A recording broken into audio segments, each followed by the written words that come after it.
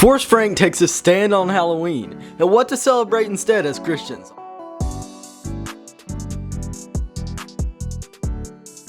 Welcome to Rooted and Reformed. I am excited today to be back in the seat. I feel like it's been a month, but it's just been a week. That's a testament to how much I enjoy doing this. I would do it more throughout the week, and there might come a time where I start making more episodes more frequently.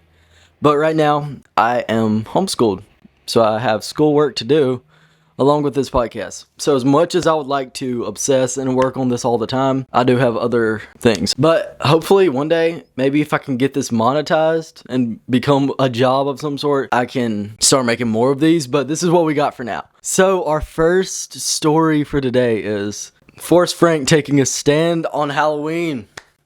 W. Forrest.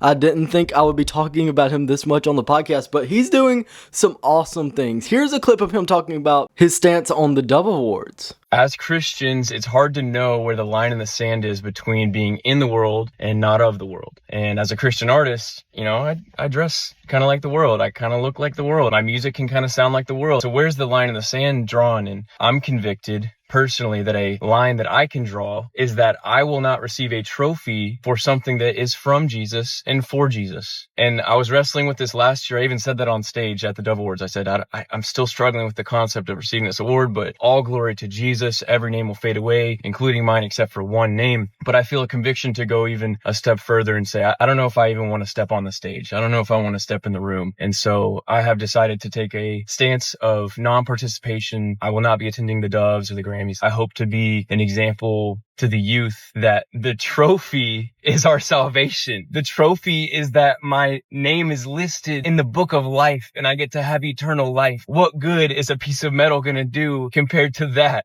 I thought this was awesome.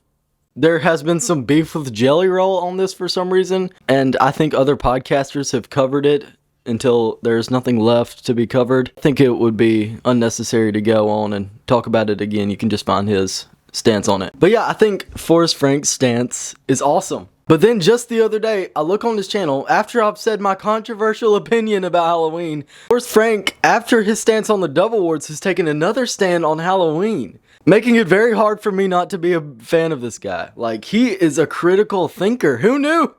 He's taking his stand on things, and that is awesome to see, because us Christians tend to keep our mouth shut a little too much these days, and Forrest Frank is done. He's taking a stand. No longer caring about losing followers or nothing. So let's react to his take on Halloween, or this clip he showed of this guy talking about Halloween. The truth about Halloween. Halloween is the highest day on the satanic calendar. It is also the night of the year where there is the most human sacrifice on the whole planet. If we look at it in let's call it the popular culture aspect first, so many people think Halloween is about candy and it's about dress up, but they don't question the meaning behind it. In a neighborhood or an area, there's homes that celebrate Halloween. That whole perimeter becomes one big satanic ritual for that whole neighborhood. You're saying my neighborhood right now is cooked? Like, what are you saying there? Whether they're Christian or non-Christian, that have open doors, that moves or lives in a neighborhood like that will be affected. That's what I'm saying. Okay, so what do we do as Christians? Firstly, we make sure that we are in righteous standing with God, that we do not have any hidden sin or open doors in our life, that we are in a righteous covenant with Him. So if we can get there, that is a very good place to start. And then it is about praying, like being in serious prayer, that people who celebrate Halloween, whether they're being a Satanist or an atheist or someone having fun, that whilst they're doing that they will actually have a true encounter with Christ. So that was crazy. Like, what? Forrest Frank is talking against Halloween? I feel like Christians try to make loopholes around it most of the time, like try to make it okay in some sense, but Forrest was like, no, I don't know the guy that was talking about this, so maybe some of the stuff might not be true. I would go on and do your own research about it. Some of the things he was saying I've heard from other sources, so I would consider most of that valid. But just hearing that from Forrest Frank reposting that video is absolutely crazy, bro. I hope it encourages y'all to think critically about things. Stand up for truth, regardless of people's opinions, people getting mad, people getting upset. Because that's going to happen when you spread truth. It's going to happen. The hate comments I've gotten over the week over talking about Halloween is crazy. But number one, I think what I said was valid. Number two, it's okay if you disagree with me. Hate comments never really bothered me because if I got anything from the hate comments I've gotten over the years, it makes me dig deeper and get a richer understanding of what I believe. And every time I've faced something like that, it's grown me so much. I think that's why the Bible says count it all joy when you face trials of various kinds. It literally says the testing of your faith produces steadfastness. The book of Romans says the testing of your faith produces endurance. And I can see that. Sometimes the bad things turn into rocket fuel for the gospel, for the truth. And God uses that. And maybe Forrest Frank is feeling that too. Because he's gotten a lot of hate, but he's been responding in such a great way. And I think God's been glorified. You don't have to be a Forrest Frank fan to know that God is doing things through him. It's awesome for me to see. And I hope you find it encouraging as well. So what do we celebrate instead of Halloween? Here is what I celebrate. We've talked about this a little last week. So Reformation Day is the same day as Halloween. On October 31st, is the day when Martin Luther nailed the 95 Theses on the door of Wittenberg. So we celebrate that because without those events, we would not have the Protestant Reformation. We might not even had access to the Bible.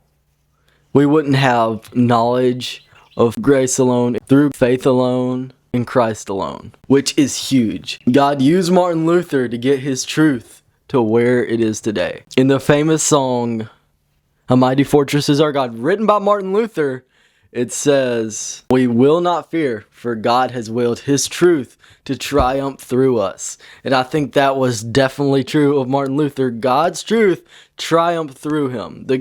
God continues to build his church.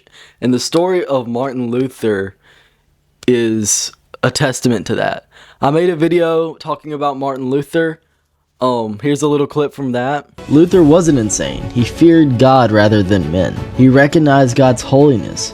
He stood on Christ the solid rock, recognizing all other ground was sinking sand. So yeah, God definitely used him in some amazing ways. And Martin Luther was not perfect at all. But God uses broken people to accomplish his purposes. So on Reformation Day, that is what we're celebrating. We're celebrating the triumph of God's truth. Who God is, and that God has allowed his truth to be known, and God has used people to let his truth be known. And that is something worth celebrating. Instead of celebrating these people, I think we can celebrate God's glorification on Reformation Day. We should glorify God and celebrate his truth triumphing through these finite, sinful people. So that is what I celebrate. I celebrate Reformation Day. I've heard the church trunk or treat thing. I'm still not sure about how that's different than Halloween. I'm just not sure. I haven't done my research. And from the trunk or treats I used to go to when I was little, they seemed the same.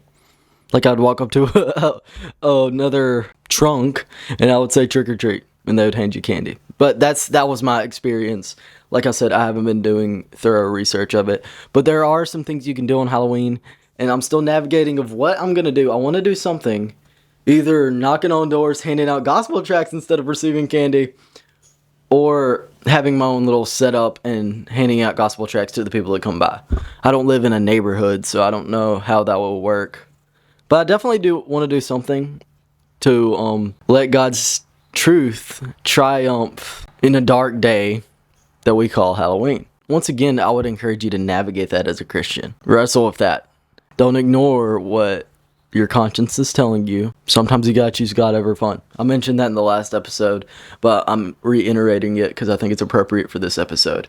That would conclude our culture, news, and current events part of the podcast. This is the part of the podcast where I ask y'all to rate and review. If you're on the podcast app, leave 5 stars and a review if you enjoyed it. If you didn't, you can leave 1 star. But if you leave 5 stars or leave a like, that pushes it out into the algorithm. Hopefully it will get to more people. I want this podcast to become a ministry of some sort. I'm praying that God will use it. And I would encourage y'all to pray too, because he's doing good things right now. I don't know if y'all see it, but I'm seeing some great things God is doing. He's working. We got to trust in him. And he's working through the good things and the bad things, but he's working nonetheless. And if you're watching on YouTube, this is a big one. Make sure to subscribe. That will let my videos come to you and you will get notified when I post another one. I'm the kind of person that's kind of skeptical and I will hesitate to do that. So this is the reminder for that person that hasn't subscribed yet. If you could subscribe, that would be awesome, because I'm one of those people that will wait and wait and wait before I dedicate and push the subscribe button. So that's your push. And with that all being said, I will see you in the next episode of Rooted and Reformed. I'm doing all these hand gestures. I'll see you in the next one.